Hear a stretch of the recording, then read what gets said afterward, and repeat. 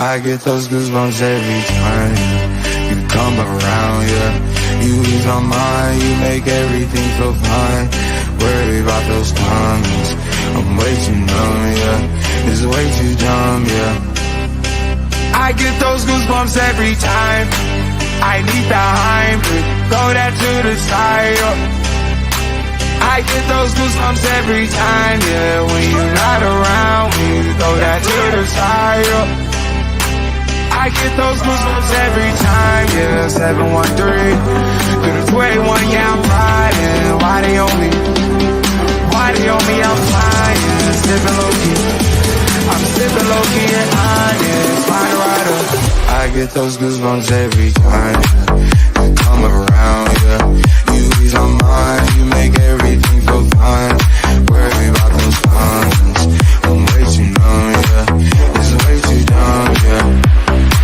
I get those goosebumps every time I need the Heimlich, throw that to the side, oh. I get those goosebumps every time. Not around me. Hello, everybody. We haven't gone home at all. We're still here, up all night. Where were ye? Yeah, I'll be honest. We're basking in the glory of Champions League football. We have been the last 24 hours. How does it feel for you, Daz? It doesn't feel surreal for me, but it's just I'm just buzzing. Like I walked into work, biggest smile on my face today. Everyone's saying, yeah, congratulations, blah, blah, blah, this, that, and the other, Champions League football. How are you feeling? Yeah, I got a few messages as well. I haven't worked from home, but yeah, feeling amazing. It is hard to it hasn't even sunk in yet.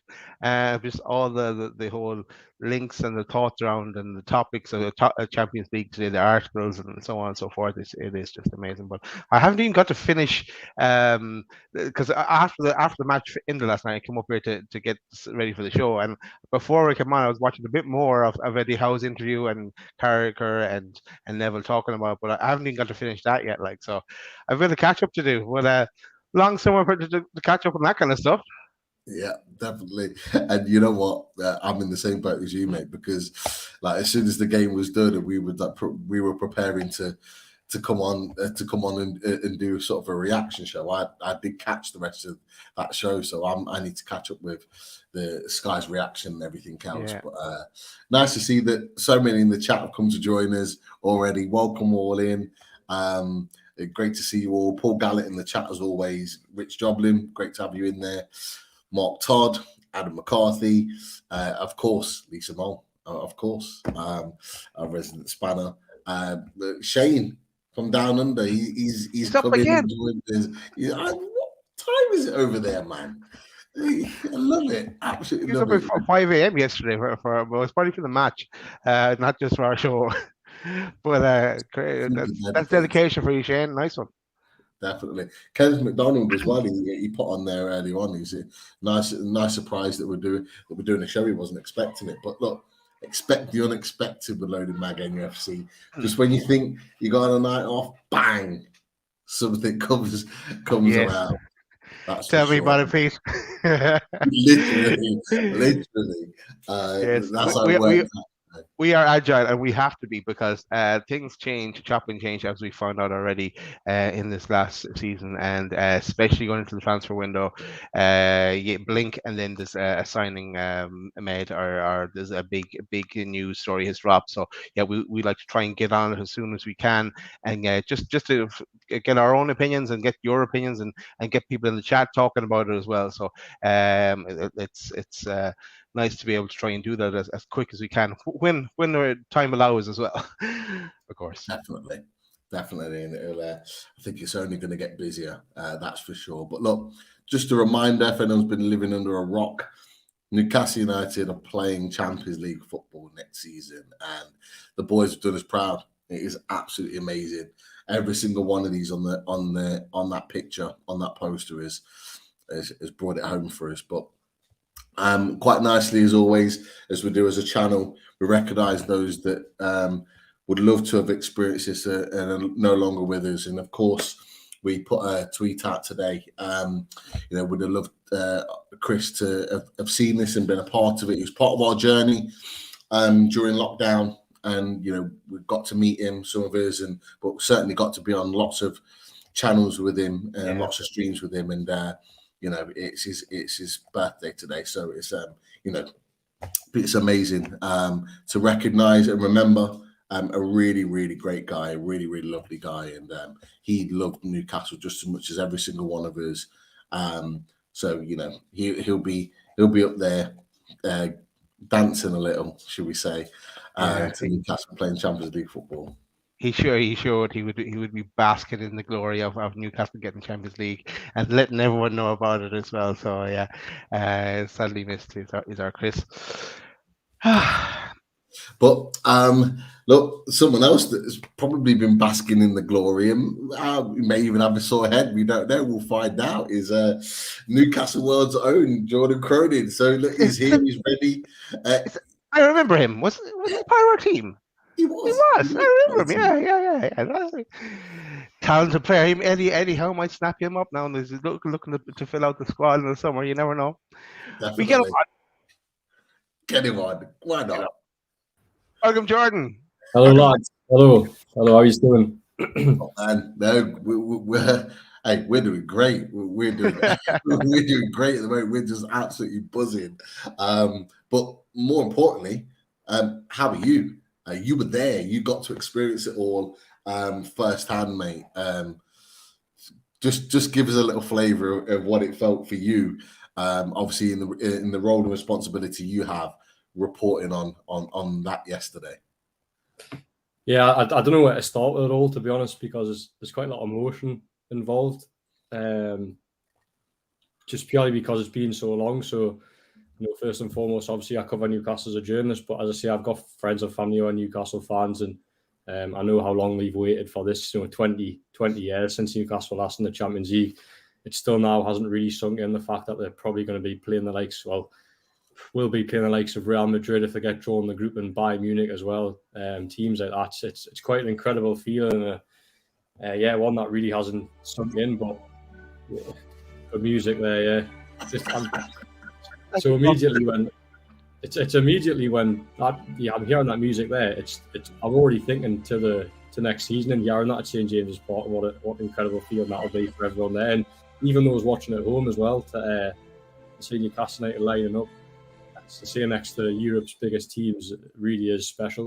But last night, the game wasn't great, but Newcastle got the job done. And the last 15 minutes, I think it just got a little bit nervy, and they almost stumbled over the line in the end. But look, no one cares. They got the job done, and the scenes at the full-time whistle, wow! The full-time whistle went, the noise, honestly, the elation, the jubilation. There's people fans next to me hugging each other. There's a fan up from me in tears as well of seeing his team, finally get to the Champions League. And then the connection between the players and the staff and the fans of full time, the lap of honour, is really special. Because Newcastle United hasn't been this united for a long time. It's the most united this football club has been in my lifetime. People who obviously have witnessed the Kevin Keegan era and Sir Bobby Robson era can probably correct me here, but I think this is the most united Newcastle have ever been in the whole history, just because they've been starved of success for so long, and now it's finally starting to come. Everyone's so desperate for it, and you can see how much it means to everyone. As I say, that the connection between the fans and the supporters, the supporters and the players was really, really special. And Eddie Howe as well. He had a few moments yesterday. He was giving fist bumps to the crowd, which is, he doesn't usually do that. So he showed a little bit of emotion. You could see how much it meant to him. And then looking across the pitch as well, you're looking at players like Dan Burns, Sean Longstaff, Geordies that grew up around supporting Newcastle. And two players I never ever would have said would be playing Champions League football for Newcastle United, but they've earned it on merit. You got your likes of your Jacob Murphys as well, your Joe Lintons. All these players that were written off under the previous ownership and the previous manager. Eddie Howe has made them into Champions League footballers next year. So, a really, really special night. And I'm really looking forward to talking about Champions League more over the next hour or so, because, look, I'm like everyone else. I haven't came down from cloud nine yesterday. It's really exciting just for my profession as well to think of some of the places I might be able to go next year. It really is a special feeling, and 18 months since Eddie Howe took over, or the takeover happened, to be where Newcastle are now is nothing short of sensational. So Eddie Howe, what a job, what a man. You look at his predecessor and Steve Bruce came across. He told everyone he was humble. He wasn't. Eddie Howe has got this success through being hard working, humble, and for having dealt with Eddie Howe for a long time now, and his time as Newcastle manager, I'm so delighted for him, because he really does deserve this, as do every single member in that squad, because it's become a really, really likable group, and I think it's special. I think you've hit the nail on the head there. Certainly talking about Eddie Howe in that, the way in which he's brought everyone together. But I think I watched the press conference after the game, and it's almost like he's brought you guys as a journalist pack together. When he first came in, before he started taking questions, the one thing is that he was shaking hands with various different journalists that were near the front. Craig Hope, Keith Downey, I think there was Luke Edwards, and he said to you all just before he started, he said, thank you for your support. So I think it almost like it means a lot to him that you guys have supported him the way he has done for you and us as fans as well. Did it kind of feel like that in that press conference after the game? Yeah, no, absolutely. And I was one of the people to shake Eddie Howe's hand. I've seen the press conference back, and I was sort of at the side out of picture, but I said, even don't ask me a question afterwards, I just said, look, Eddie, congratulations. Really, really pleased for you. And he obviously said, thanks for the support. And that's what I try to do as a Newcastle United journalist. I'd never go out and derail the team. I want them to do well, and I will do most things to help them achieve things. Now, I take an example for last week where I think the story went over quite a lot of heads, but it was the Liverpool Merseyside referee. Look, as a journalist, did I really believe that the referee would lack integrity on the night? No, but I just wanted to plant the seed among Newcastle fans that they knew that this referee was obviously from Merseyside, and obviously it spread like wildfire in the end, and there was chance from at St James's Park of who's the Scouser in the blue, and for me that was job done, because Newcastle United are fighting for Champions League, and I want Newcastle United to be in the Champions League. So if I can help by planting little seeds like that, and potentially putting pressure on referees, for example, obviously this is a drastic example, but as I'm saying, our report on the club is for the fans, and and that was one of the examples that I try to do. So, Eddie Howe, as I say, because he treats me with respect, I treat with him respect, and it's vice versa. You don't get a lot of managers these days who are as humble as Eddie Howe. He's the most humble man I've ever came across in football, to be honest. One of the nicest people you could ever speak to. So I'm really happy that he's succeeded at Newcastle, and I think I'll probably speak for most journalists in the room that they want Eddie Howe to do well, because vice versa, he treats them with respect. So it feels like a really united pack. Even the press these days get excited to go to games, because it's that anticipation of it's like an expectation that they're going to win now rather than hope. And again, that's really special. I think they've came so far in such a small amount of time. So it was. I was really pleased I got to shake Eddie Howe's hand, because look, he's done an incredible job, absolutely incredible job, and I don't think that's spoken about enough outside of the North East press room. Manager of the season, Eddie Howe is absolutely manager of the season, because he's went from taking a team from essentially 19th third bottom in the Premier League to third top. Guardiola's on for the treble this year, but he's taken City from first to first. So if you're looking at progress, Eddie Howe, for the job that he's done, improved players that I said were written off, he's absolutely manager of the season and deserves every success that comes his way. Jordan, just linked to that. Did Manager of the Year Eddie Howe ask you to stop with the dodgy questions going forward or anything like that? No. Yeah. I don't think he's a fan of me maths. Yeah, he's. I feel like I've got to know Eddie over the course of the year a little bit more, and I feel like have got probably a little bit of a rapport.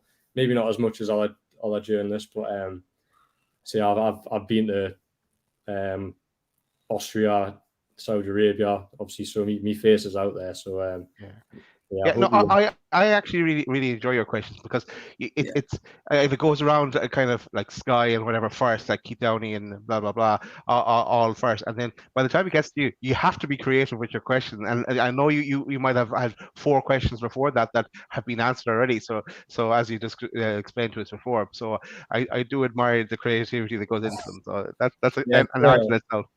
Gets his attention as well. It's the biggest fear in press conferences that if you have a question and someone else asks it before you, and then it comes to you next, and like in your head you're like, oh my god, what do I ask? I usually come prepared with a few questions, but a lot of the obvious questions are asked, sort of by the likes of the Sky Sports and other TV companies. So I suppose I have got a little bit creative questions over the last few weeks. The maths one, obviously, that went most places on Sky Sports, which again it was quite nice actually, because although I don't think Eddie trusted me maths, it was quite a nice moment where we just sort of started laughing at each other. It was moment of the year for me, that one, I think.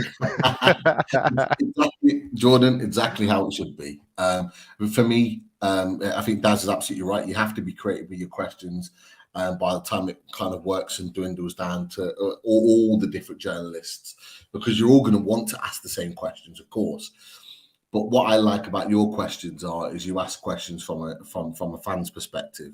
A lot of the other journalists that get to go before ask questions that everyone wants to know, kind of generalized. You ask the questions from a fan's perspective, and it goes a little bit to the point about what you were talking about with regards to the piece that you put out last week about the referee, is that actually we need more of that. We need more of journalists like yourself that represent Newcastle United, or certainly write about Newcastle United, putting those things out for more people to see, whether it's locally or nationally or both. And because we don't get that same type of backing and support that other of those other top 6 clubs do, and actually pointing these things out brings more light to it, and eventually they'll stop doing it, because if they're able to get away with it and make it obvious, they'll keep doing it. The fact that you put a light on it and you shine a light on it meant that referee went into that game with everything, all eyes on him, and so he had to play the game right down the middle. And that was sort of job done for me, because I want Newcastle to succeed, and planting that seed in supporters' head about the referee. It puts that pressure on a little bit. So that's why I done it. Did I believe the referee would be biased? No, I didn't believe that, but I just thought I thought the appointment was poor because it was a Thursday night. There wasn't many other games on, and you've got a referee from Merseyside, obviously Liverpool 5th, when you could have picked a referee from anywhere else in the country. So I thought it was poor selection by the PGMOL, but I didn't doubt that the referee would be unbiased. I just wanted to highlight the decision that the PGMOL had made, and it did have planted the seed in a lot of supporters' head, and they carried that to the ground. I'm sure the referee probably would have seen the reports in the build-up as well, and it planted the seed in his head. So I say that was my job. I want Newcastle to succeed, and if that played a part in the result, obviously I don't think it did. But if it played a part on that evening, and it did, because supporters were singing about the referee being a Scouser, that was job done for me. Because as I say, I want Newcastle to succeed, and I will do most things to make sure that happens. I didn't know Crystal it turned to referee and he was the scout of the blue. There's a referee getting the Brighton game. You have to work on the Champions League draw now next, Jordan, and make sure we get a good draw, and writing an article like accusations before that or something. Yeah. I'm not sure I'll be able to help with the the UEFA draw, but I'll try my best. Get us into pot one. Come on. Eventually. A little bit of housekeeping. 260 plus watching the show right now. Thank you for everyone tuning in and watching Loaded Bag NUFC with our very own Jordan Cronin. If you haven't click the like button.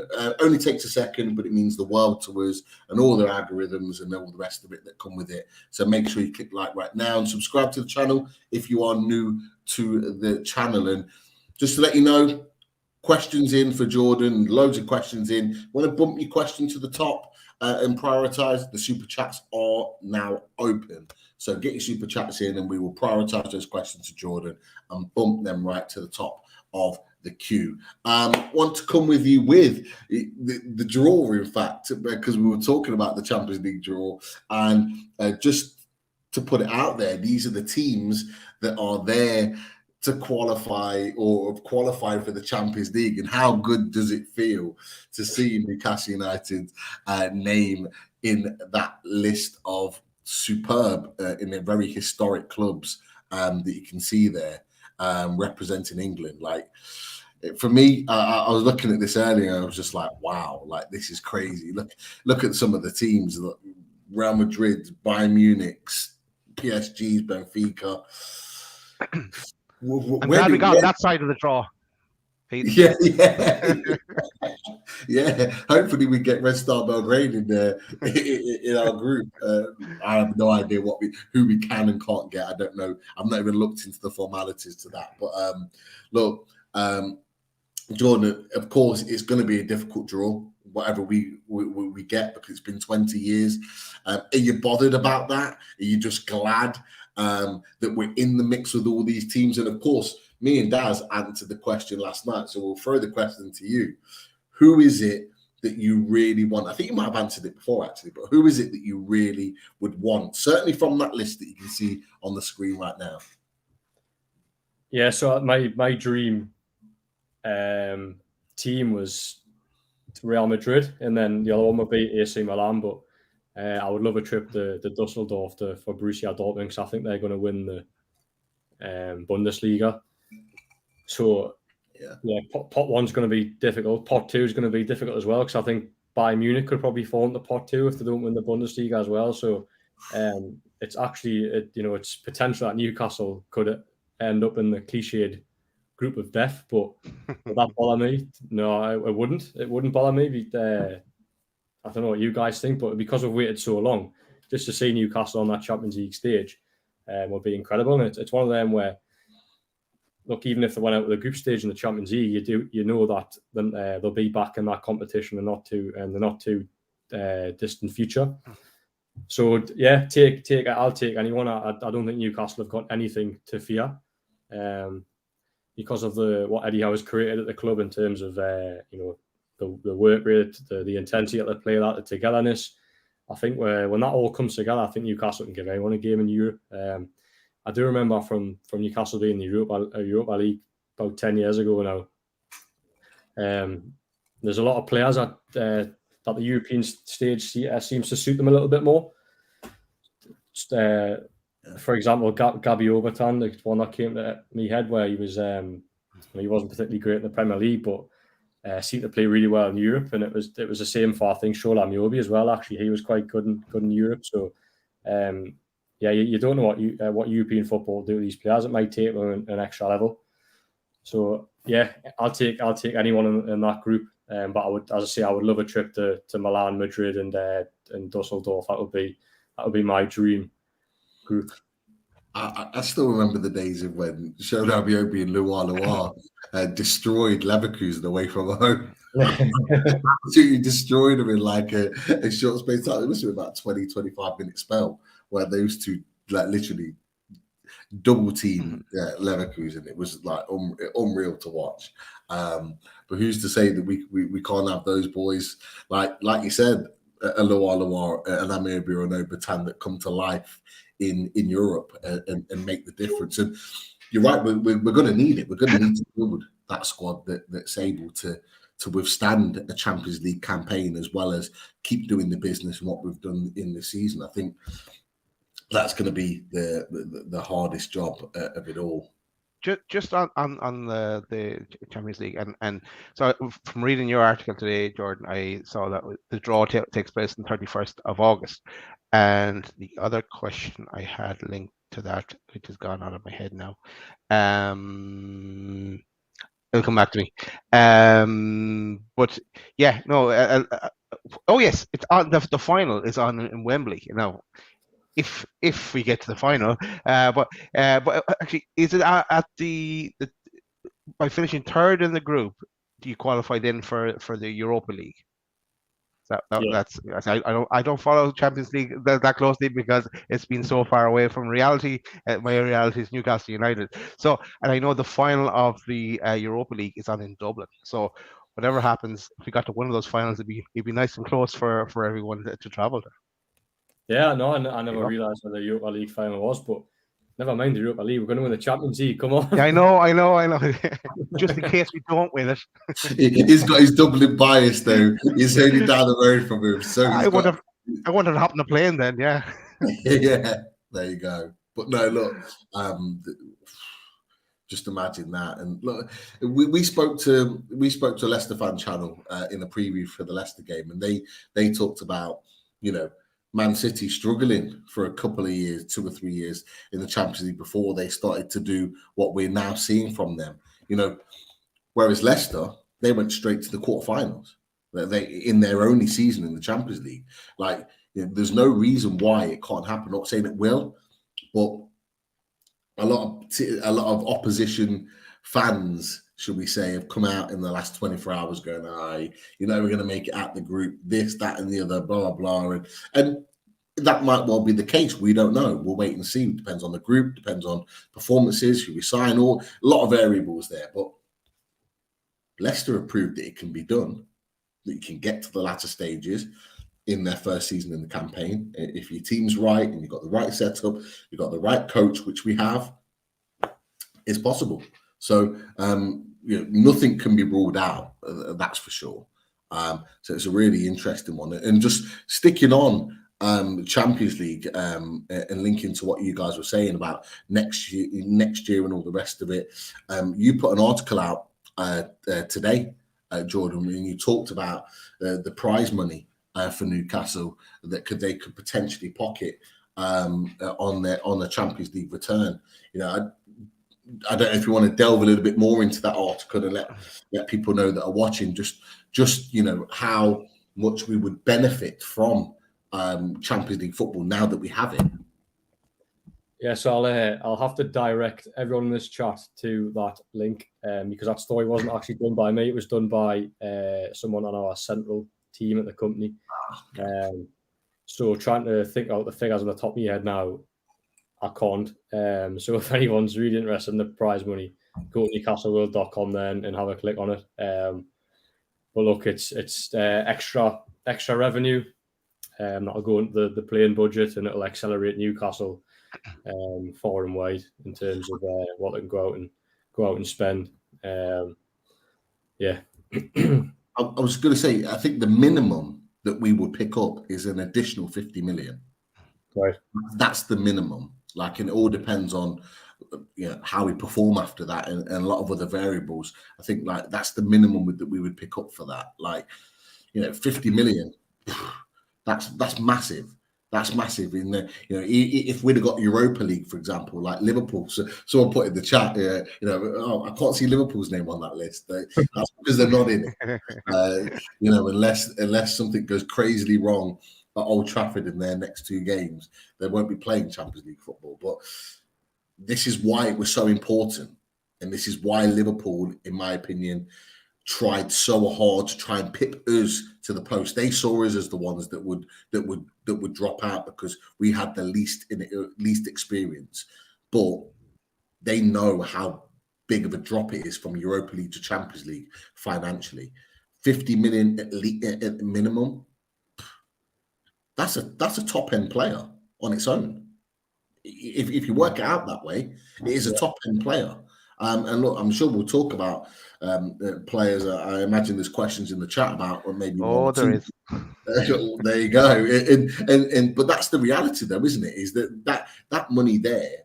If you're wanting to kind of splash that money out there and then, that's a top level player, and so it does make a hell of a difference on what you can spend. FFP, that's going to open it out for me massively. And going into transfers from your perspective, Jordan, what do you think that's going to mean now? Not talk about individual players, but what do you think it's going to mean now in terms of what Eddie Howe is planning to do in this summer window? Yeah, it's a good question. You got asked this last night. I think they're gonna. Yeah. I think they'll stick with what they've done over the last 3 transfer windows. That stick to what's brought them success. So they built the core of the squad with a lot of proven Premier League players, like your Dan Burns, obviously Kieran Trippier came back over from Spain, Nick Pope, even like Chris Wood who came in for 6 months, and then you've also got your continental stars like your Brunos, Botmans, Isaacs, and I think they'll just target that type of player. I don't think they'll go gun ho and start targeting superstars all of a sudden, or already established stars. They'll stay in the market that they've currently, that they've been in over the last 3 transfer windows, because ultimately that's what's got them to this point. So why fix something that isn't broken?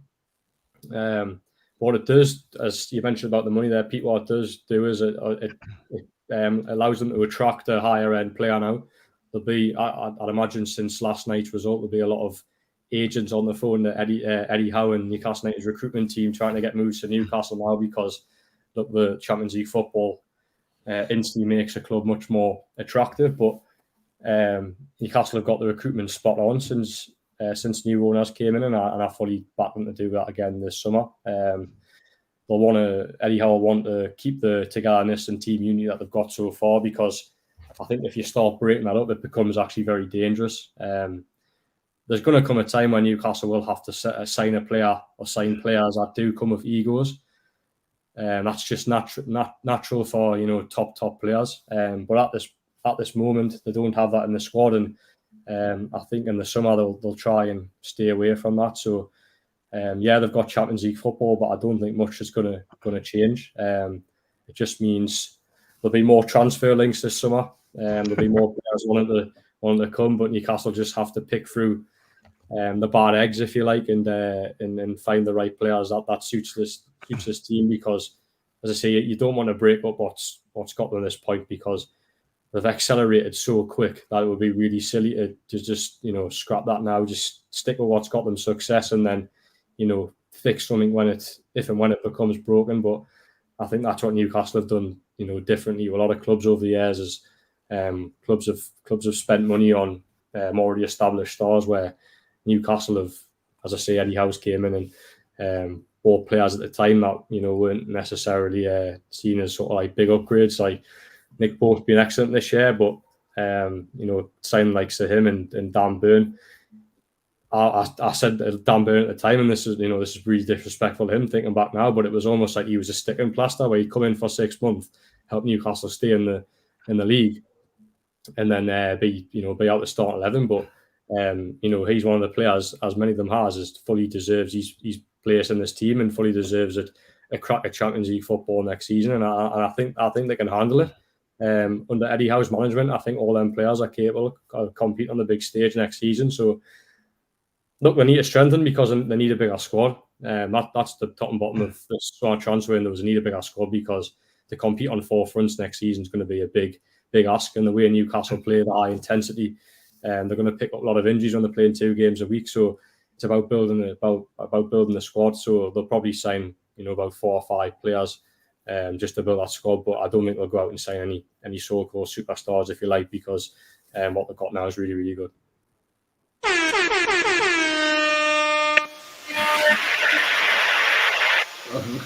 Now, so what that sound means is we have a super chat in. Actually, there's no question attached to it, but shout out to Doug. Thanks Thank for you, the Doug. donation, Doug. And make sure, if someone puts in a super chat, put a question in, and we'll get your question straight away. So that's what that sound is going to be anymore. So get ready for that. Don't be shocked. I didn't expect that there. I got a bit panicky when I heard that noise going on. But by the end of it, you'll just be like, yeah, whatever. Because you'll be used to it by the end of the summer, no doubt. But look, you made a really good point. It's because I've maintained personally that I thought we would look to maybe sign 6 or 7 players, just because of the players that are going out and the players that are going to need to come in to manage a European campaign, fighting on fourth fronts effectively. But it was interesting, and you've kind of touched on it as well, that Eddie Howe in his press conference yesterday almost talked about that small pool of players that they're going to target. Do you think that he's going to go for that 4 or 5 players, but they're going to be of significant value in terms of how much we spend? And is there a ballpark figure in your mind, just off the top of your head, that you think Newcastle might go out and spend in the summer on these maybe 4 or 5 players? Yeah, it's really hard to say what they'll do. I think the sort of the average price that they'll pay for a player this summer will probably be about 30, 35 million, 40. But I wouldn't rule them out of going potentially breaking the transfer record again. It just depends how it plays out. Look, I'll take last summer for example. So I sat on the show in the summer saying, look, there's absolutely no chance Alexander Isak is going to sign for this football. Lying to us. Yeah. Too expensive. Diaby, he was 60 million, too expensive, not going to happen. And I think it was 2 weeks later, they went and signed Alexander Isak and broke its club record transfers. So in the know. It's in the know. Exactly. He just deflected us. That's why. So when the deal, Jordan deflected us. So when it came about, we're just like hands ahead, like he's it all typed up, ready to go. Press send. Yes. But honestly, the Isak deal was so quick in the way it happened that, like, I think I was on the way to Tranmere in the Carabao Cup, and it flashed up on the train and the degree of fee, and I was like, oh my god. That just shows how quickly the transfer window can move. So I can't sit here and predict what Newcastle are going to do this summer, because it literally is ever changing. As I've said previously, if opportunities come up that they want to explore, they'll pay the money and they'll sign the player. So at the minute they might have, right, I want 4 or 5 players in mind, but if a player comes up for a big value and they want them, then they'll probably go and pay it. So I think ideally Eddie Howe would probably want to sign probably a left back, centre half, centre mid, wide forward, probably another striker as well. But it doesn't always work like that. It just depends. Opportunities come up in the market. It's a really difficult summer transfer window. All transfer windows are difficult, especially when Newcastle is involved, because look, this Newcastle tax thing isn't actually a conspiracy. It's generally a thing, because of the sort of the known riches, and that's why I respect Newcastle actually, because they went in for players and they've been quoted ridiculous amounts of money and they haven't actually done the deal. It was in that January transfer window, the first one, and when Eddie Howe was in charge, and Diego Carlos, for example, was it Seville were demanding big money for him. They refused to pay it. There was another centre. It was Botman first time round actually as well.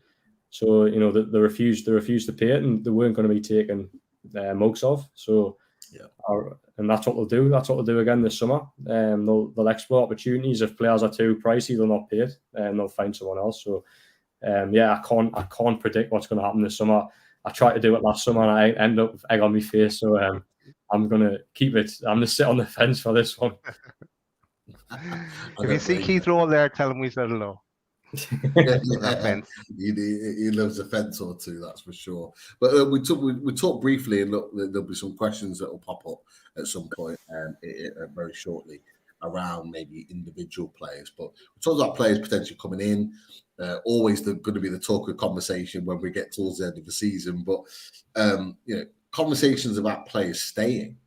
So there's a couple of players that wanted to come to you with regards to that, and one of them is this man, Paulie D. Is there a genuine chance that he could go from Championship with Newcastle to Champions League and play and continue his stay at Newcastle, and sign an extension? Because it seemed like in a press conference the other week that Eddie Howard almost kind of assumed, would like it, kind of made it clear that is a genuine possibility. Yeah. Eddie Howe was asked in a press conference a few weeks back about Paul Dummett, and he pretty much suggested that he was going to get a new contract. And I think that's probably down to the fact that the Champions League rules next season is you've got to have 4 club-grown players, who are obviously grown for the academy.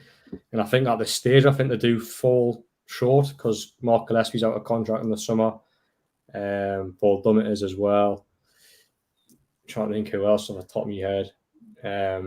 Obviously got Lewis Miley, who I think will be in and around next season.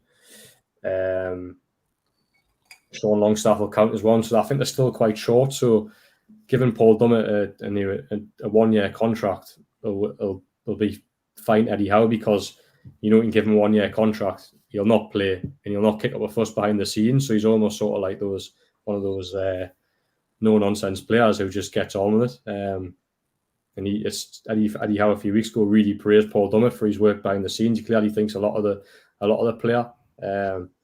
We talk about the core group of players in the squad, the Geordies of the squad.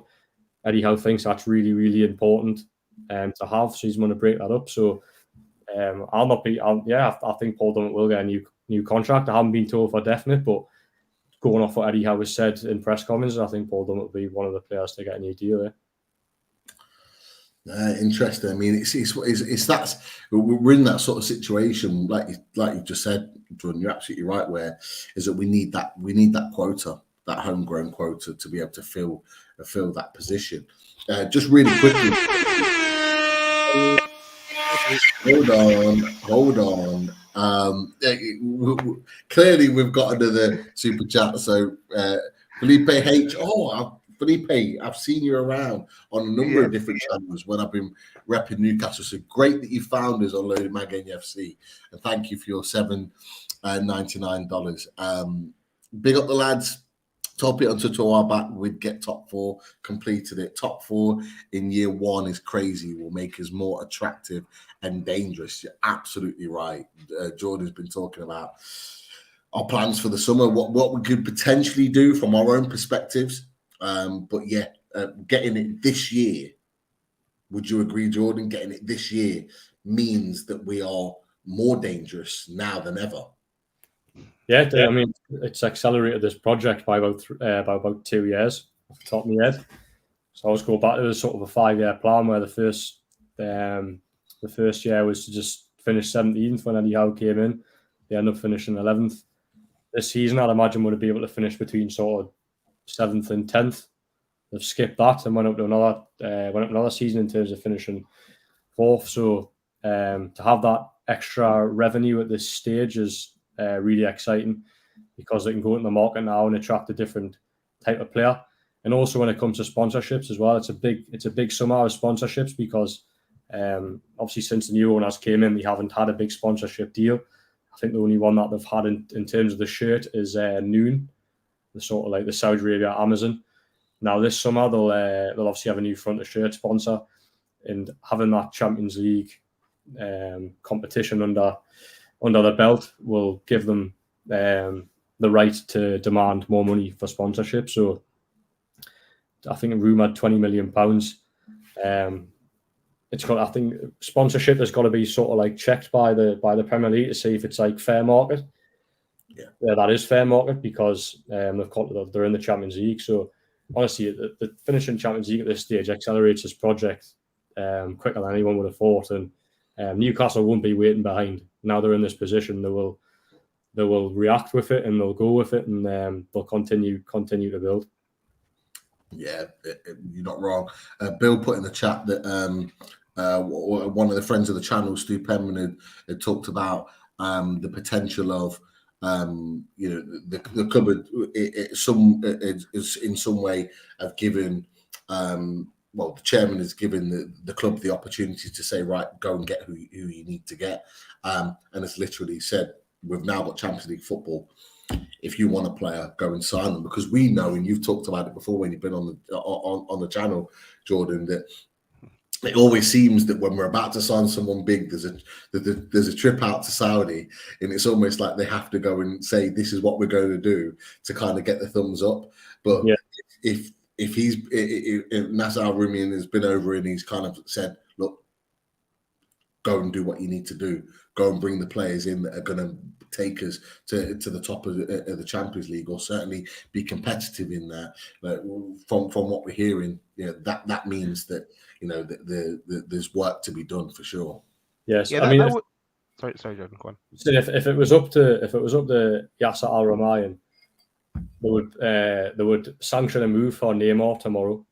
That's what they do. But that's a difference between Yasser and the ownership, and then you've got the in between where you've got Dan Ashworth and Eddie Howe. So all right, you would love a player of Neymar's caliber, but does he fit the team? And at this moment, I know this sounds ridiculous. Would Neymar be a good fit for Newcastle United? No, he wouldn't. So that's the difference. So Newcastle can, if it was up to the owners, would go out and sign anyone they wanted. But it's the in between of Dan Ashworth and Eddie Howe recognising what's best for the team at this stage. And to say sign the likes of a Neymar or Cristiano Ronaldo, for example, just wouldn't work in this current team. So it's about letting your head rule your heart. And we're very fortunate as a football club to have an excellent sporting director, Dan Ashworth, and a very smart head coach in Eddie Howe. Definitely, 100%. And look, just kind of rewinding back to before the super chat came in, the conversation that we were having about players potentially staying at the club. Got to bring you back to this man with his magic hat, his magic Champions League hat, Bruno Guimaraes. And obviously there's lots of talk about him and his contract as well. And you tweeted that earlier, happy wife, happy life. And she has been very, very vocal and very, very, positive in her words, not just about the club, but about the city, the community, everything about Newcastle United. Just talk to us a little bit about what you're referring to in the article, Jordan. Yeah, I mean, as I say, as a happy wife, happy life. So there was a social media post from his wife after the game yesterday, and it pretty much just said how much he loves Newcastle, how this is home. Thanked the Geordies for making them feel so at home, and that for me just says that Bruno will be going absolutely nowhere anytime soon, because obviously they've just had a little Matteo who was born a Geordie, being raised on Tyneside. I think that obviously the family unit behind the players is very important, and to see his wife say things like that is really, really encouraging. And not just his wife, but Bruno said it himself. He wants to be a legend here. So if you're asking the question there, is Bruno going to leave anytime soon? I honestly don't see it. The only way it would potentially happen is if if Real Madrid came in and Bruno wanted it to happen, because Real Madrid is Real Madrid, and the interest is there from Madrid. But I don't see him going anywhere. Real Madrid could put £100 million offer on the table, and unless Bruno wanted to go, Newcastle wouldn't accept it, because they're in the position now where they don't have to do deals like that. They don't have to sell the players. So yeah, Bruno's going nowhere, and it's really nice to see. For all the criticism that that living in the Northeast got prior to the takeover, it was like, players won't go to Newcastle. Players won't go to the Northeast. It's not very nice up there. There's nothing to do. Well, hold on a second. Take Bruno as a prime example of someone that's came in from over in France. Obviously, Brazilian, played in France, came over to England. He loves it up here. He's worshipped. and that's what you get under the Newcastle United fan base. You get treated differently to any other club. If Bruno went elsewhere, he wouldn't be worshipped as much as he was here, and that goes to a lot of the other players as well. So, a certain radio station, TalkSport, who was pundits on there saying that, who wants to go to Newcastle? Gabriel Bonner would rather go to Brentford on 30 grand a week than Newcastle United on 40 grand a week. It's utter nonsense. So many examples of players coming here and enjoying it. The really telling thing about the takeover for me as well is the amount of ex-players that seem to be coming to games now. I've never seen so many ex-players rock up, and it just shows how much they love the time in this club and how much they love the time living in this city. This city leaves a lasting effect on people. This football club leaves a lasting effect on people. So Bruno is here to stay. Yes, nice one. Love it. And there are rumours there circling, as you've mentioned, that I think his contract runs out 2026. That there's a potential there to extend it to 2028. Yeah, they're in talks over a new contract, and I suspect that'll probably be done because, Bruno probably deserves a little bit of a pay rise, I would say, and it would be a real statement of intent for Newcastle to nail him down to a new contract, especially when interest from Europe is building. So, love Bruno, and he epitomises a lot about this current Newcastle side. How a guy from Brazil lived in this country for less than 18 months and is worshipped here as well. So, happy days. Definitely, that's for sure. Yes, no, you're not wrong. And I think Daz is going to put the siren on it again at some point. I think. Am I? You've not even seen it. I'm going again. I was reading through the questions. Hang on. There you go. Uncle Paul, he got you. He was getting the klaxon ready, Daz. Okay, DK35. City play possession-based game and are going for the treble. They don't seem to tire or get injuries. Do you think we would need to change to a more possession-based game so we don't blow out next season or maybe future seasons? Interesting point, DK. Yeah. It's a really good point. I think I mentioned earlier on the show about the intensity at Newcastle play at now. They're so prone to picking up injuries. And that's just natural because some of the physical endurance that them players put into a game is quite incredible. I'd love to see the physical stats again this season, but I'm sure Newcastle would be top of it. You see the likes of Sean Longstaff, who I think epitomises the physical effort that's put in the games. You never tire Sean Longstaff. Incredible. It possibly is something to consider because doing that twice a week is difficult. It's very, very difficult. So we could potentially see a change in style next season. I don't know, just purely because of that physical endurance. Because if they start picking up injuries, becomes a big problem. But again, that's why your squad comes in as well. So this is why this January, the summer transfer is really important because if they build a squad, then look, maybe they can afford to pick up a couple of injuries. We don't want that, but maybe they can. Because I think the way they play now is really entertaining. I would love to see it stay that way, but is it sustainable over 2 games? Only time will tell. That the squad building is really important for Newcastle to stick with the way they're currently playing, and hope they do because it's brought them so much success. And when Newcastle play at the best levels, playing at that intensity is really, really hard to stop. Not many teams will be able to stop Newcastle when they're at the top level. Link to that, Adam makes a good point here that it's probably be pre-season when he would try and tinker with the system, and we'll notice that when those pre-season games come, if that's what the route he goes. Yeah, no, a really good point, Adam. Because last summer or last pre-season, Eddie Howe spent the whole of pre-season working on the high intensity press. It was really noticeable from day one of pre-season what they were trying to do. So. Pre-season is massive because you could see in pre-season that maybe there is a different style of play that they're looking at to change things up. So really good point. Adam, pre-season will be a really interesting time to see what Eddie Howe does with the squad and the potential style of play. Link to pre-season, and I've gone into the questions now. I think we need to because we've about 24 start. Yeah, so from Michael Palmer, who has about 20 questions in there, Michael. Nice one, fair play. Have we finalized our preseason plans now? Trip to the US and the Rangers friendly. Anything else? Have you heard about that, Jordan?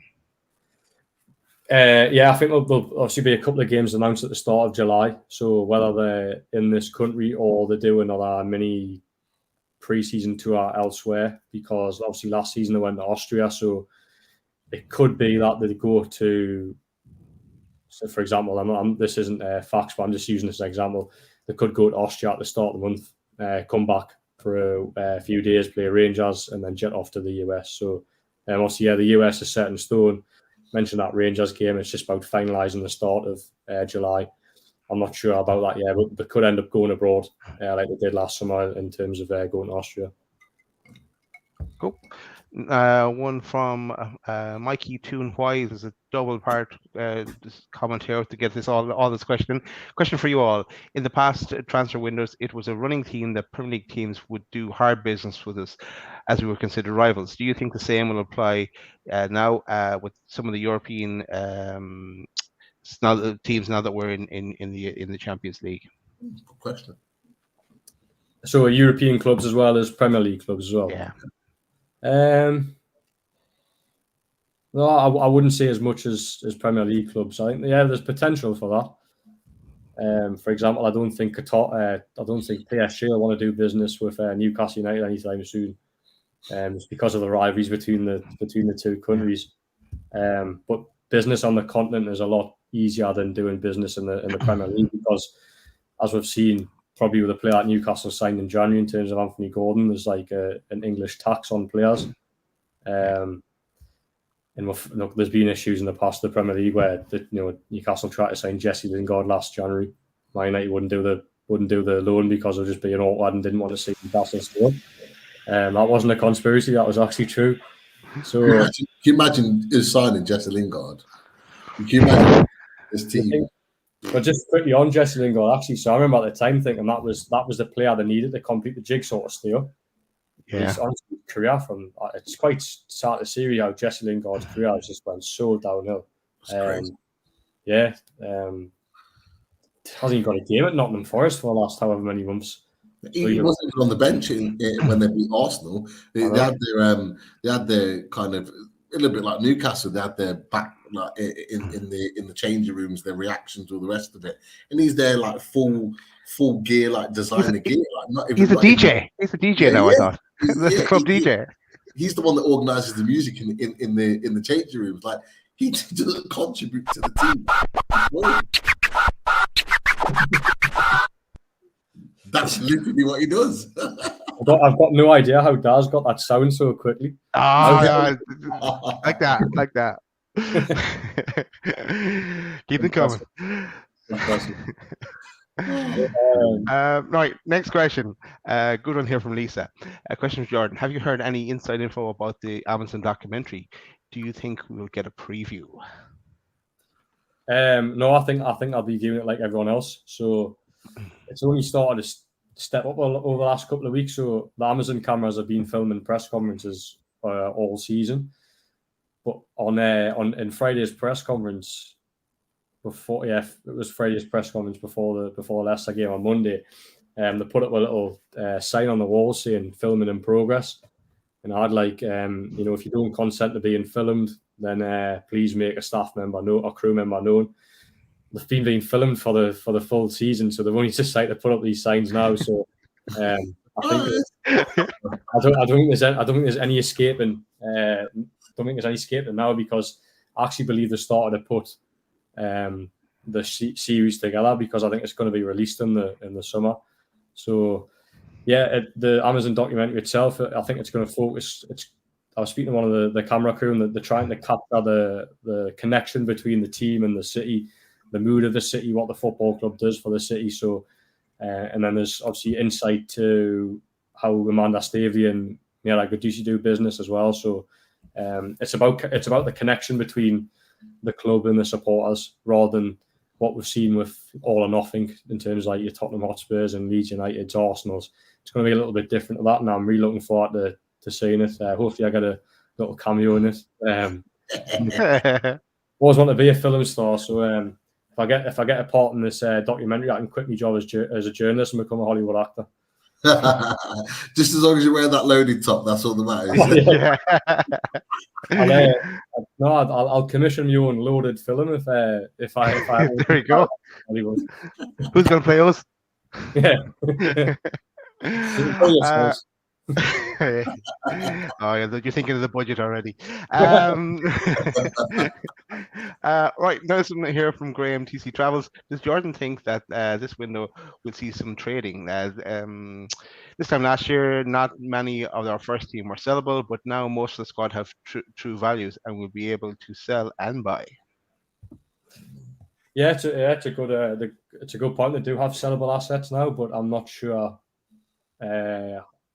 how high they would go in terms of players. So I think they'll just look to get a lot rid of the fringe players. So I try to think of the players at risk off the top of my head. There's quite a lot of players out of contract this season, big wages. Like Matt Ritchie's, who's out of contract. Loris Karius will end up going. I'll imagine back. He'll go to Italy. Yeah, I'm trying to top of my head. Jamal Lascelles, obviously a player that's still under contract. I think Newcastle will try and sign a centre half in the summer, so maybe Lascelles might go. But look, I was speaking to someone about this the other day, but I think it would be quite nice to see Jamal Lascelles get a little cameo in the Champions League game, and I think Jamal Lascelles in the back of his head might be thinking that as well. So I'll give it 6 months. I'll stay till January and hopefully get a run out in the Champions League, because this was a lad that when Newcastle United were really in trouble under obviously Steve McLaren, and then Rafa Benitez came in, and you had players like Daryl Janbat in the dressing room, that infamous dressing room incident at Southampton when Jamal Lascelles had words with Daryl Janbat and he ended up punching the wall and breaking his knuckles, I think. So I've got a lot of respect and time for Jamal Lascelles for what he's done for this club, because he is one of the players that has literally been at rock bottom with this football club. And I think it's quite nice how he's overseen sort of this transformation. And I would like to see him stick around to, just for sentimental reasons, to get that appearance in the Champions League. So I think that's really nice. But for the good of his own career, he might go. He might get an opportunity to go back to Nottingham Forest and think, all right, I'm going to go back down home. And you're looking at Jamal Lascelles, probably how much he's selling for, maybe 5-8 million. One of them players where you go, look, you've been brilliant for the club. We'll let you go on a quite a nominal fee. Unless you sell him to Forest, in which you probably get 25. George 20 million for Forest. Yeah. And going home if you did go to Forest, that's where you came from, of course. Yeah. So they've got sellable assets. Sorry, go on. What I was going to say is that I'm glad you didn't mention ASM so we could continue our conversation from the bar when we were in Newcastle. We had like a 45-minute conversation about ASM.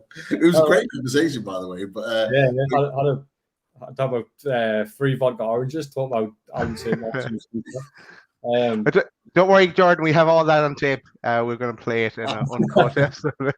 We'll be recorded there. Did you not see the sign? To be fair, when Graham asked that question there, for some reason Alan St. Maxim completely went over my head. So yeah, he's an obvious one that might go this summer. I think St. Maxim want to stay, but I think if an offer comes in for him, I think Newcastle might see the value in sort of selling them. But another player that probably deserves an opportunity to play Champions League, but maybe I'm being too sentimental. If they can get a good fee for him and reinvest it, then they might just do that.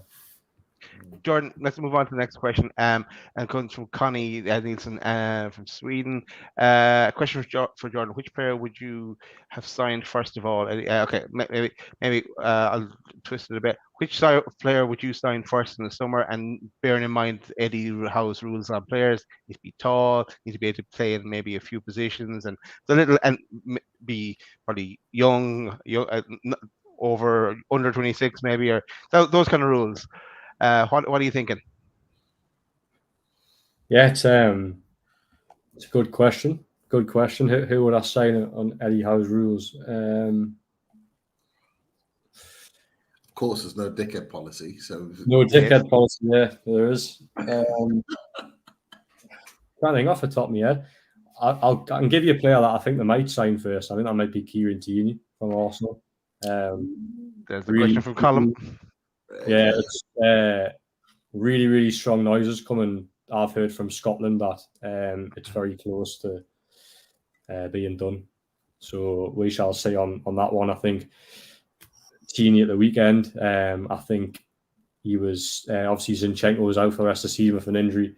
Kieran Tierney was expected to play left back. He started the previous game against Brighton, and then even though obviously they only got one fit left back in terms of Kieran Tierney, they actually played the centre half out of position and put Kieran Tierney on the bench against Nottingham Forest. And I think that says everything you need to know about the direction that Arsenal want to go with Tierney. So I think they'll be open to selling him this summer. Newcastle are interested, so let's wait and see if they can agree a deal. But their interest is very strong, and it's potential that could happen. Okay, next question. I'm going to take Michael Palmer's question, but I'm going to change it a bit because Michael talked about the Funny at 8 deal and the kit and but when do you think we'll hear information about the kit, the design? I know there's kind of talk about just a description of it about white socks and the so on because you mentioned it yourself in one of your articles, but and the whole sponsor. When is all this good news going to be coming our way? When can we expect it?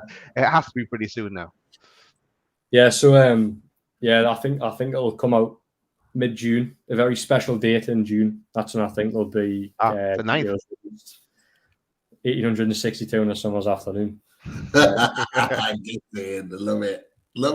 So I think round about that time we'll hear news of what the kit will look like.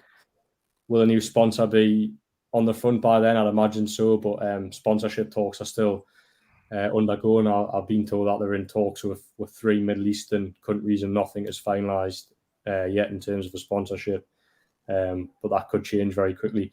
I'd imagine when they want to release the kit, they'll want to have the sponsor in front as well because it looks a bit silly releasing a kit without no sponsor. I can't imagine the new sponsor would be very impressed with a kit launch without their brand on it. So I'd imagine that'll all be sorted by mid-June and possibly that, as I say, that special date in June.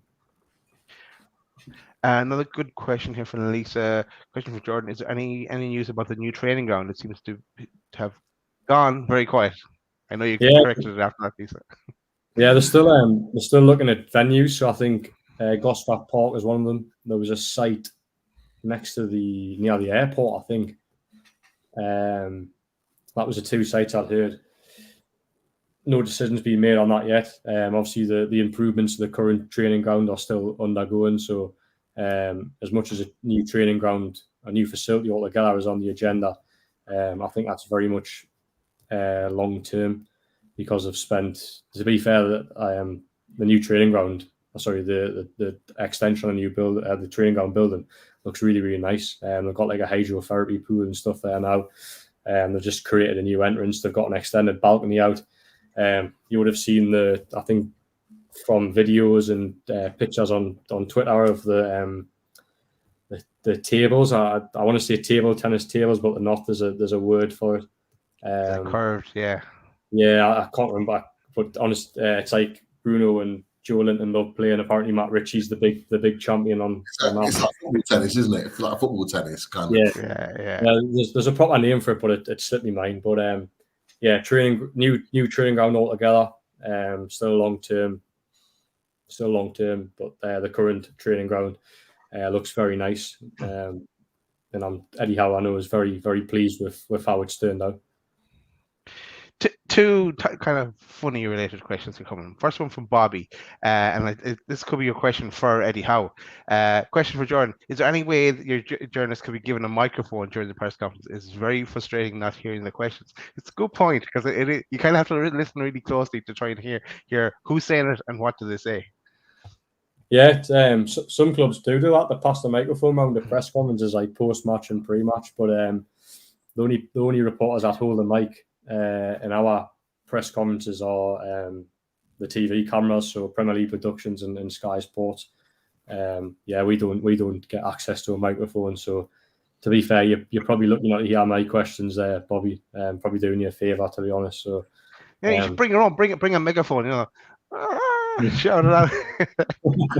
I think Eddie, I might jump out of his seat if I done that. And good point. One from Michael Palmer here as well. Question for Jordan. What would you do if your boss had told you next season you will miss out on the Champions League trips because you have to cover Sunderland? No comment. I don't fancy it. I've waited my full life to see Newcastle United in the Champions League. I don't want to be watching Championship football anytime soon again. So, what would I say? I would say nothing. I would just give him. I would just give Liam the glare. I'm off. Yeah. Just to answer the question from the previous one, Chris Banks has got it and Callum got it. It's called Tech Ball. Tech Ball, yes, that's right. Yeah, I'd love to play it. Now, Jordan, we still have 14 questions, and I know we're probably over your allotted time. But how long more can you stay for? I'll give you another 10, 15 minutes of my valued time. Rapid fire. Really is. Hey, rapid fire. Just before we answer those questions, I've got to say this has been a really, really enjoyable show. Love the questions from the chat. Loved hearing your opinion, Jordan. It's been far too long since we've had you back on the channel. And yeah, look, we've got nearly 300 watching. So anyone that's joined the show in between that, click that subscribe, click the like button. It's been fantastic with you guys in the chat, just putting your questions in and getting involved in the discussion. Brilliant show. Sorry, carry on. Okay, one from Paulie G. Question for Jordan. Any news about when they will begin extending the Gallagate end? I don't know. So I've heard whispers that it could be next summer, that the potential would expand the Gallagher end. But I don't want to say that as factual. That's just a few rumours I've heard. It hasn't came from any sources, if you like. It's just a few rumours that I've heard going around. So I'm not sure, but yeah, it could be next summer. I know they're obviously looking into it. They bought back Strawberry Place now, but they're also looking at other ways to see if they can dig down, if you like, to add more seats that way, or if they do have to use Strawberry Place to extend the Gallagher out. So yeah, a bit of a non-answer on that one, but yeah, maybe one that we'll hear about more towards the end or the middle of next season. Nice one. Yes, this one from Captain Kefhart. Great show, lads. I think Anthony Gordon will be excellent next season after a summer under Eddie Howe. Thoughts? I think so too. I would agree 100%. That pre-season is going to do him the wonders, and he'll know the Eddie. He'll adapt to the Eddie Howe way of playing and be able to slot in there, and he'll get game time starts as well next season. Yeah, I agree. He'll be a much better player for a pre-season under Eddie Howe. I think it's been very difficult for him coming in January. Hasn't really had time to get up to speed, if you like, because it's been quite a hectic schedule really from January to now. There hasn't been many free training weeks, so he'll massively benefit from the summer. And look, Eddie Howe, the club paid £45 million for Anthony Gordon, so Eddie Howe has done enough good things at this football club just to warrant a little bit of patience on Anthony Gordon. So I'll reserve judgment on Anthony Gordon until next season, because I think next season pre-season is very, very important for him. I see Roy is back in the chat. Welcome back, Roy. And I saw some of your pictures of your trip over as well. I know, like myself, you won't get over that often, but when you do, you make the best out of it. And he says, "We had an amazing weekend in Newcastle. Picked the right game for our first trip over from Norway." Nice one. Let's see you, Roy. Brilliant stuff. Let me see where are we going next for the questions. Yeah, okay. Again, Michael goes, Eddie has talked about needing 2 first 11s. How many players are we off that? I suppose we talked about how many we think we're going to get in, but how many are we off 2 11s? I think we're a couple of transfer windows off 2 solid 11s. Yeah.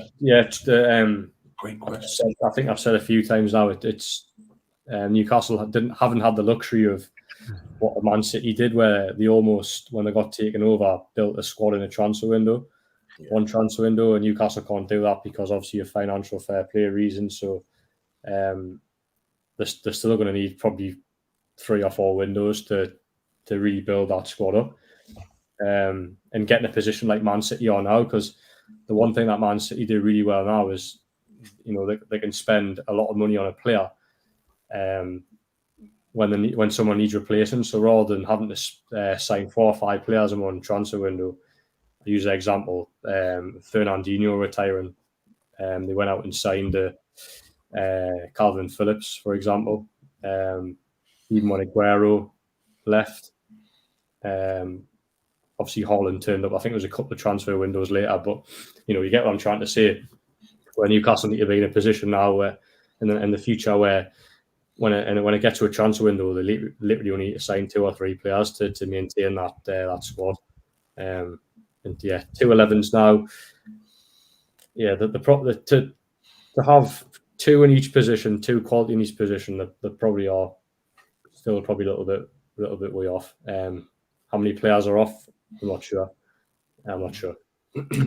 What I will say is, Michael, bring that exact question, to when we do squad game, because that would be a really good topic, a conversation within the panel when we squad game to you. Maybe we'll do that, Pete. We'll have another tab in one of my spreadsheets, and we'll have our 2 11s who could fit in, who realistically is in there. We'll bring up the tactics board. Yeah. Why not? Exactly. Even better. That's more visual. Yes. Yeah. Good idea. I'm not going to the rest of Michael Palmer's questions. He still has about 6 in there. Michael, you're hogging the questions there. But I want to say a shout out to Mikey Toon White. Even the guys watching with my 9-month-old, who was the biggest grin on his face when you guys come on. Nice to know he'll grow up watching a team with hope. Lovely. Love that, Mikey. Nice one. And also want to say Doug, who dropped the super chat earlier as well. Cheers to that, Doug, earlier. And he goes, long-time listener from Colorado. Thanks for the shows. You guys are the best. Nice one. Cheers, Doug, for tuning in. Next one is I see Jimmy's in there. What does Jimmy put in? I won't even read it. I'll just put it on screen. What's he said? Could Chris was not even on. He's not even on tonight. How could Eddie Howe improve Chris Hall? Question mark. I do think there's a pundit in there, but you can't seem to stop going down. He's not even on tonight. You're already targeting him. But look, Chris Hall, part of the old Brandy and Blaze. He's an absolute legend, and so are you, Jimmy. It's great to see you in the chat. So, top man, as always. Hope you're well. Last question for Jordan, and then one for us, Pete. One from John McKean. Alex Scott of Bristol has to be a shout. There's a lot to talk about him, actually. Yeah. One of the players that's under consideration by the recruitment team, as is the lad at Blackburn, Alex Watton. Two young players in the Championship who have had excellent seasons. Two players to keep an eye on, because as I say, as much as we want to see Newcastle sign already established first team players, there's a lot of players them 2 players in particular in the Championship that are being looked at for the future. So two players to keep an eye on. I've just seen Vamos. I've just got a question in but put it on, or you might kill me. Vamos, as Bruno says. But question, Jordan: will it be a reduced capacity because of corporates like it was last time we were in the Champions League? Interesting point. Yeah, not that I know of. I'd imagine it'll just be. I imagine it'll just be like any other sort of Premier League game where your corporates will you'll have so many corporate tickets for the directors box, and then your platinum clubs, etc. will just be sold to supporters as normal. I'll ask a question about that actually, because it's a good point. So I'll ask a question, and I'll Kofi come back with an answer next time we're on the show. It's a good question because you've got then all the additional sponsorships that come with being part of the Champions Leagues. So if we all remember back in the Carabao Cup, we were all frustrated because of how many tickets all the sponsorships that were linked to the Carabao Cup got for the Carabao Cup final, which meant that fans like ourselves missed out on the opportunity. Certainly season ticket holders. I'm not a season ticket holder, but lots of season ticket holders lost out because of that reason. So it's a great question from Vamos, and it's one that might need to be considered, because let's face it, at the moment we're struggling to get tickets as it is for games. Yeah. Fans are struggling to get tickets. If you throw additional sponsors in there, particularly in the Milburn stand, like, is it going to be even worse? We'll have to get a loaded box. There we go. Sorry. Chris, I want to be happy about that. All right, little question for us, Pete, and it comes from Scotty. Evening, lads, what have you got planned for the off season? Going to be long 10 weeks with no competitive in UFC. Don't you worry, Scotty. We've got a lot. We've got jam-packed full of shows, and Pete has been working on guests as well. Pete, do you want to go? You tackle that one. Scotty clearly wasn't with us last summer, which is the point that I've made, because shows like this, with the likes of Jordan on and many others over the course of summer, is what made the summer. We are probably our busiest in the summer. Yeah. It doesn't stop for us. It keeps getting busier and busier because of all the transfers and all the build up to the new season. So look, Scotty, do not worry.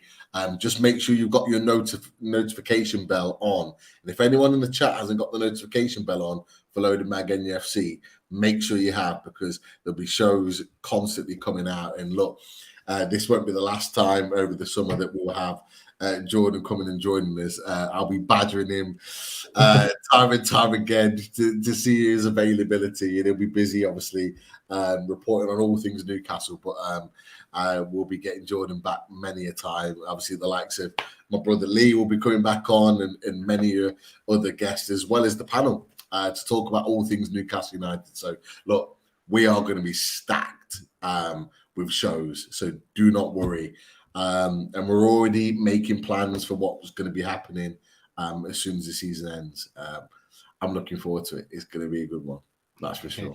It sure is. Jordan, thanks a million for coming on and fielding our questions and fielding the questions from the chat as well.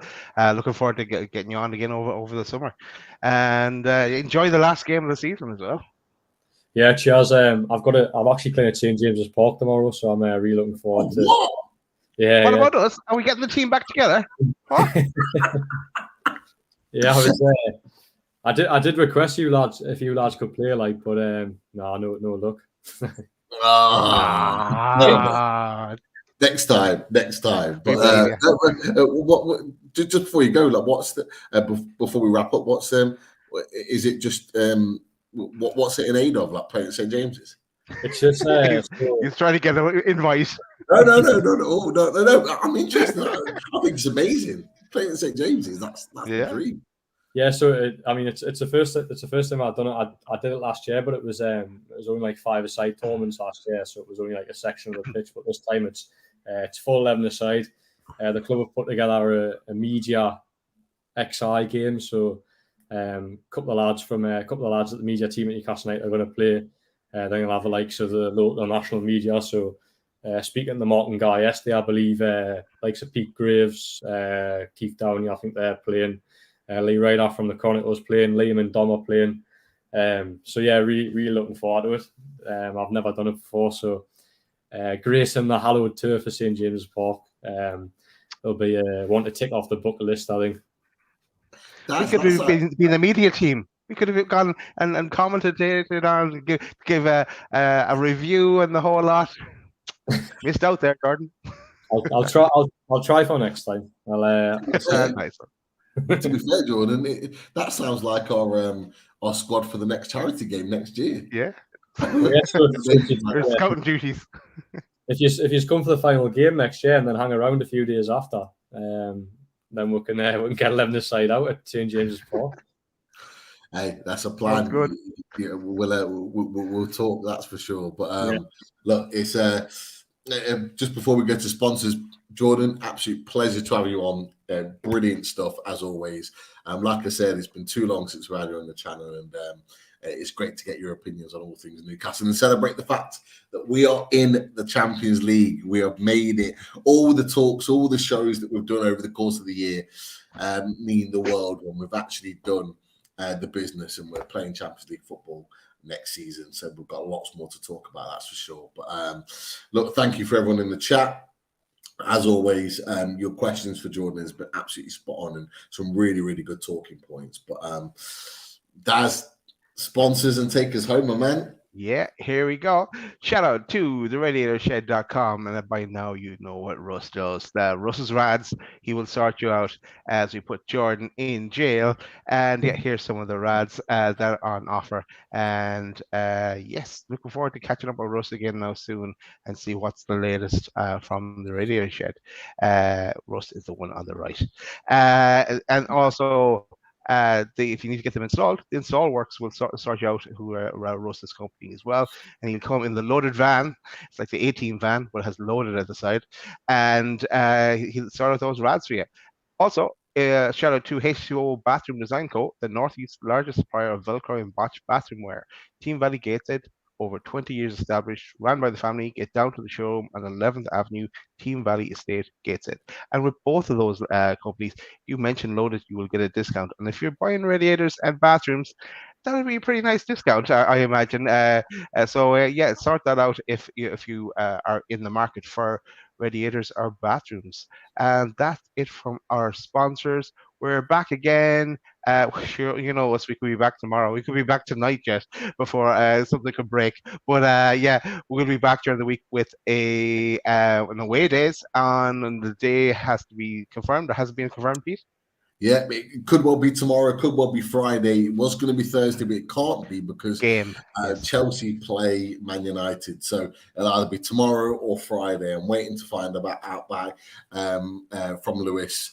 I'll be on with him later on the Race for Europe show on the 12th Man podcast. So I'll try and find out what's happening there, and we'll get confirmation for you. And away days will be coming, the final one of the season. I can't believe it's come so quick, but we'll be on it. And of course, we'll be back with a roundup of the final day of the season, all the matches kicking off at the same time. So, and to talk about our game, the Chelsea game. So, yep, looking forward to that on Sunday evening, more than likely. Let's see. That is it. Thanks to get there. I'll be driving back from Stamford Bridge because I'm going to the game, so I'll be racing back to be part of the review. Cool, nice one, Jordan. There's only one thing left to say. Thank you. And how'd you like that?